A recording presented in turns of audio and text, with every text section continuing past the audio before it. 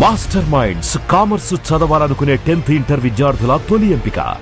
అందులో డైలాగ్ చేసింది నా అత్తింటి నా అత్తింటి ఏరియాకి ఏమన్నా చేయాలి కదా అంటే, మరి అప్పుడు ఎంపీగా ఉన్నప్పుడు కూడా ఏం చేయలేక సార్. ఎక్కడ ఏం చేసి ఆ జిల్లాలో ఏం సామాజిక న్యాయం చేసినావు? ఏం చేసినావు? నేను అనేది ఏంటంటే ఆమె ఓవర్ అంబిషియస్.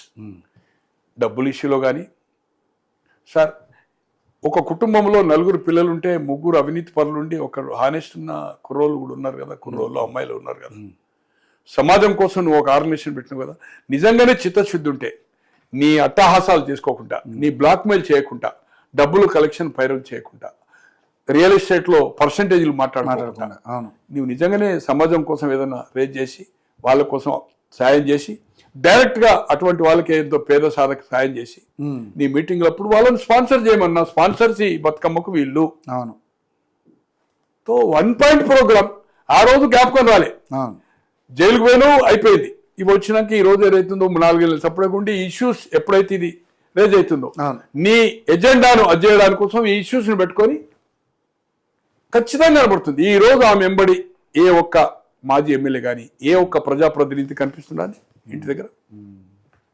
కనిపిస్తుందా? They will never come. ఎవరు రారు. సో ఏది ఏమైనా ఆమె, నేను అనుకుంటున్నా కాంగ్రెస్ లో రాయబారాలు చేసిందా లేదా అనేది పత్రికల న్యూస్ నేను నమ్మడం లేదు. ఓకే, కానీ న్యూస్ ఆమెకు ఆల్టర్నేటివ్ ఒక పార్టీయే. ఆమె ఒక పబ్లిక్ ఇష్యూస్ ప్రొజెక్షన్ చేసి ఆమె 1 or 2 ఏదో స్థానంకు డిసైడ్ చేసుకొని బార్గెన్ చేస్తా, లేదా నేను పార్టీకి ప్రచారం చేస్తా, నాకేదైతుందో నామినేటెడ్ పోస్ట్ బిఫోర్ ఏదన్నీ ఇమ్మంటది కౌన్సిల్ రాజ్యసభ మొత్తానికి త్వరలోనే ఉందంటారు. కానీ ఏదైతుందో ఇంకా ఇది ఇంకా పరిపక్వం కాలే. వాళ్ళకు కూడా ఏదైతుందో ఆప్షన్ ఇవ్వాలి కదా, కొంత టైం ఇవ్వాలి కదా. సెటిల్మెంట్ డీల్ మాంజా కీంచి మాంజా అంటారు. ఏదో ఆస్తులు 1000 కోట్లు ఉన్నాయి కదా, అవేదో రాయించుకున్న తర్వాత చూద్దాం.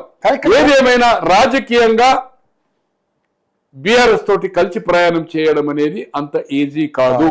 మాస్టర్ మైండ్స్ కామర్స్ చదవాలనుకునే 10th ఇంటర్ విద్యార్థుల తొలి ఎంపిక.